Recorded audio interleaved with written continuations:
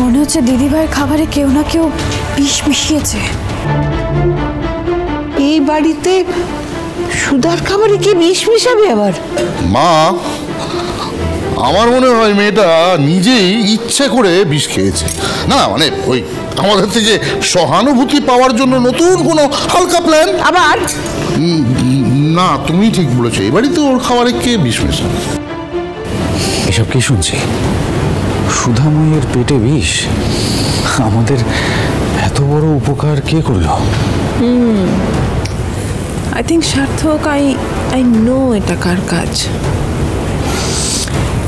সুধা তো এখন আরেকজনেরও চরম শত্রু, তাই না? শত্রু? কার শত্রু? ওই যে তেজের নতুন দিওয়ানি ইশিকা।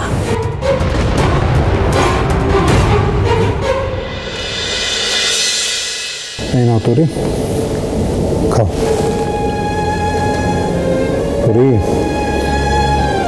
তোরে অনেক রাত হয়েছে, কিচ্ছু খাওনি তুমি। এরপর না খেলে কিন্তু তোমার মাম্মাম কষ্ট পাবে না। খাও। আমিও তো মামামের জন্য কষ্ট পাচ্ছি। গনু দাদা, তুমি মামামকে তো অসুস্থ করে দিলে কেন? আর মাম্মাম বলে যারা ভালো হয় তাদের তুমি ভালোবাসো। তাহলে আমার মাম্মামকেও ভালোবেসে ঠিক করে দাও না প্লিজ, আর কষ্ট দিও না। আমি তোমাকে বিশ্বাস করি না, সেটা তুমিও ভালো করে জানো। কিন্তু আজ এই ছোট্ট মেয়েটা তার মায়ের জন্য মন থেকে প্রার্থনা করছে। অন্তত ওর বিশ্বাসের দামটুকু দাও, ওর কাছে ওর মাকে ফিরিয়ে দাও গজানন। আচ্ছা বাবা, মাম্মাম ঠিক হয়ে গেলে আমরা সবাই একসাথে থাকবো তো? বলো, তুমি মাম্মামকে আবার আগের মতো ভালোবাসবে তো? মাম্মাম আমার থেকে তোমাকে আরো বেশি ভালোবাসে, জানো, আমার থেকেও বেশি। এসব তোমার কে বলেছে পরি? তোমার মাম্মাম? হ্যাঁ তো, মাম্মামি আমায় বলেছে আমার বাবা মাম্মামকে খুব খুব ভালোবাসে। ট্রেনে ঢিসুম ঢিসুম করে ফাইট করে, মাম্মামকে দুষ্টু লোকেদের থেকে বাঁচিয়েছিলে। মাম্মামের সাথে তো তোমার প্রথম ট্রেনেই দেখা হয়েছিল, তাই না? তুমি সত্যি বলছো? তোমার মাম্মাম এসব বলেছে তোমার? হ্যাঁ, নইলে আমি জানবো কি করে?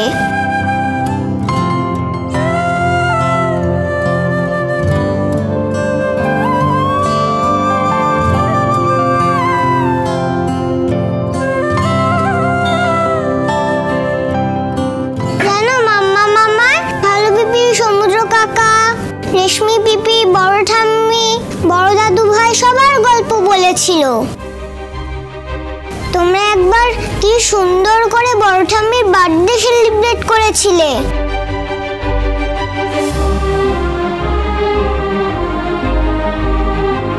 বড় করে গন্ধাদের পুজোও করেছিলে।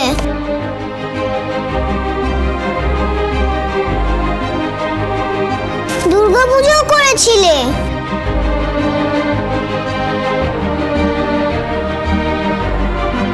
তুমি একবার মাম্মামের অফিসে বুড়ো সেজে এসেছিলে। পাত্রটাকে তোমাদের সামনে বইয়া হাসি। পাত্র শ্রীমান দিলীপ কুমার। সব গল্প বলেছে মাম্মা মামায়। উনি রুক্মিণী হলে এত কথা কি করে জানবেন? আর এইটুকু বাচ্চা মেয়ে এসব বানিয়ে বানিয়ে তো বলতে পারে না। তবে কি এতদিন ধরে বারবার আমারই ভুল হচ্ছিল? সুধাকে এত কাছ থেকে দেখেও আমি চিনতে পারলাম না।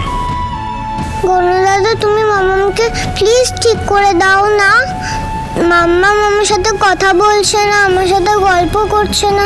তুমি প্লিজ মামামকে ঠিক করে দাও। আমার দিকে তাকাচ্ছেও না মাম্মাম। তুমি গুড়ঘর হয়ে থাকো, গনু দাদা তোমার মামাকে ঠিক করে দেবে। এ নাও, খেয়ে নাও। তুমি না খেলে কিন্তু আমিও খাবো না। উফ, তুমি এত জেদ করো কেন গো? আমি খুব জেদি, তাই। আমি জানি তো, মাম্মাম বলে জেদ আর তোমার ওই রাগ নাকের ডগায় থাকে। আজ কিন্তু তোমার মাম্মামও রাগ করবে আমার উপর যদি তুমি না খাও। আর তুমি না খেলে যে মাম্মাম আমার উপর রাগ করবে, তা তুমি আগে খাও।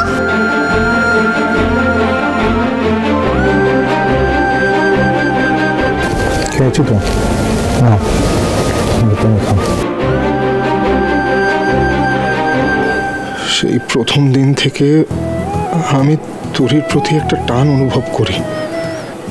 বারবার মনে হয় যেন ও আমার অংশ, আর উনি যদি সুধা হন তাহলে কি আমার ধারণাই ঠিক? তোরি আমার সন্তান। ফেলুন ফেলুন বলছে এটা। এদিকে এসো, এদিকে এসো। খবরদার খবরদার তোরই ধারে কাছে আপনি আসবেন না। হ্যাঁ তোরি শোনো, আজকের পর থেকে এই লোকটার হাত থেকে তুমি আর কিচ্ছু খাবে না, বুঝেছো? কি হয়েছে জিনু? কিছু কি বলছো তুমি? আগে আপনি বলুন, আপনি বলুন, আপনি এটা কি করেছেন? আমার দিদির খাবারে যে বিষটা পাওয়া গেছে সেটা আপনি নিজের হাতে মিশিয়েছেন নাকি অন্য কাউকে মেশাতে বলেছিলেন? ঝিনুক, আপনি তো এরকম ছিলেন না জামাইবাবু, হঠাৎ করে কেন এতটা পাল্টে গেলেন? হ্যাঁ, আমার দিদিকে অবিশ্বাস করতে করতে এতটা নিচে নেমে গেলেন? এত রাগ আক্রোশ কিসের আপনার যে আমার দিদিকে মেরে ফেলতে আপনার হাত পর্যন্ত কাঁপলো না? ঝিনুক, তুমি কি যাতা বলছো? দাদা ভাই কেন বৌদিকে মারার চেষ্টা করবে? তাহলে ওনাকে জিজ্ঞেস করো, ওনাকে জিজ্ঞেস করো আমার দিদি হঠাৎ করে এতটা অসুস্থ কি করে হলো, আমার দিদির খাবারে বিষ করতে গেলো, জিজ্ঞেস করো ওনাকে। ঝিনুক, তুমি ভুল ভাবছো। আমি সুধাকে... আমি আপনার কোনো কথা শুনতে চাই না মিস্টার তেজ বসু মল্লিক। এতদিন আমি আপনাকে অশ্রদ্ধা করতাম, আপনার উপর রাগ করতাম, কিন্তু এখন এখন আপনাকে দেখতেও আমার ঘেন্না করছে। তোরি তোরি শোনো, তুমি আর এই লোকটার কাছে কখনো যাবে না। ওই লোকটা তোমার আর তোমার মাম্মামের ক্ষতি করতে চাই, বুঝতে পেরেছো? না ঝিনুক মিমি, বাবা কিছু করেনি, তুমি বাবার উপর রাগ করো না। এই লোকটা তোমার বাবা নয় তোরি, এই লোকটা আসলে মানুষই নয়। ঝিনুক, ঝিনুক প্লিজ কাম ডাউন। তোরির সামনে এভাবে দাদা ভাইকে আজে বাজে কথা প্লিজ বলো না। আর আমার দাদা ভাই কোনো ক্রিমিনাল নয় যে তোমার দিদিকে... তোমার দাদা ভাই ক্রিমিনালি সমুদ্র, তুমি তোমাদের গোটা পরিবার আমার দিদির অপরাধী। আমার দিদি তো সারাটা জীবন শুধু তোমাদের জন্য করেই গেল। নিজের আত্মসম্মানকে জলাঞ্জলি দিয়ে চূড়ান্তভাবে অপমানিত হয়েও ওই বাড়িতে ও ছিল, তোমাদের বাড়ি ব্যবসা সব কিছু ফিরিয়ে দিল। আর তোমরা তার প্রতিদান কি দিলে? নিজেদের স্বার্থ আদায় করে আমার দিদিকে মৃত্যুর মুখে ঠেলে দিতে পারলে। হ্যাঁ ঝিনুক, প্লিজ প্লিজ একবার আমাকে সবটা বোঝাতে দাও। আমি... না মিস্টার তেজ বসু মল্লিক, বিশ্বাস ভরসা কোনোটাই আমি আপনাকে আর করি না। আপনাকে যে আমি কোনো এক সময় চিনতাম সেই কথাটাও আমি মনে রাখতে চাই না। তাই আজ থেকে আপনার কাছে আমি তোরিকে ছাড়বো না। চলো তোরি, বাড়ি চলো। তোরি জেদ করো না, বাড়ি চলো। প্লিজ প্লিজ, আমি হাত জোর করছি, যতক্ষণ উনি সুস্থ হচ্ছেন প্লিজ আমাকে একটু আমার কর্তব্যটা করতে দাও। আমি মানছি একটা ভুল হয়েছে, আর তার জন্য আমি দায়ী, আমি অপরাধী, কিন্তু একটা ফাইনাল চান্স দাও না আমাকে প্লিজ। চান্স? আমার দিদি মৃত্যুর সঙ্গে লড়াই করছে, জীবন আমার দিদিকে আর চান্স দেবে কিনা আমি সেটাও জানি না, কিন্তু আমি এটা জানি যে আজ যদি আমার দিদির কোনো ক্ষতি হয় তাহলে আমি আপনাদের কাউকে ছাড়বো না। আমার দিদির জীবনে যে আগুনটা আপনারা লাগিয়েছেন না, সেই আগুন আমি আপনাদের জীবনেও লাগাবো, চরম শাস্তি দেবো আপনাদের। যেটুকু আমি বুঝতে পারছি বৌদির এই কন্ডিশন দেখে তুমি কতটা কষ্ট পাচ্ছ, কিন্তু তুমি সত্যি কথা বলো তো, তোমার সত্যি মনে হয় যে দাদাভাই কোনোভাবে বৌদি ক্ষতি করতে পারে? আমার দাদাভাই তো শুধু বৌদিকে সারা জীবন ভালোবেসে গেছে। প্লিজ সমুদ্র, প্লিজ, ভালোবাসার কথা অন্তত তুমি আমাকে বোঝাতে এসো না। হ্যাঁ, আগে আমি বুঝতাম না ভালোবাসার মানে, কিন্তু এই 5 বছরে যে ঝড়টা আমাদের ওপর গেছে না, সেটা আমাকে অনেক কিছু শিখিয়েছে। তাই এখন আমি জানি কেউ কাউকে ভালোবাসলে তাকে অন্তঃসত্ত্বা অবস্থায় রেখে চলে যায় না, তার সন্তানকে অস্বীকার করতে পারে না।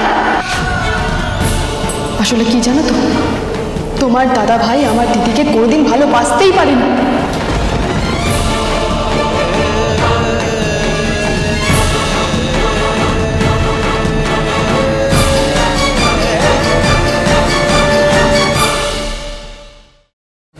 সে একই স্পর্শ, একটু পাল্টানি শুধু পাল্টেছে। আমি আমার সেই পুরনো তেজ হতে চাই, তোমাকে ফিরে পেতে চাই। সুধা প্লিজ ফিরে এসো না। সুধা, তোমাকে এইভাবে দেখতে ভালো লাগছে না, প্লিজ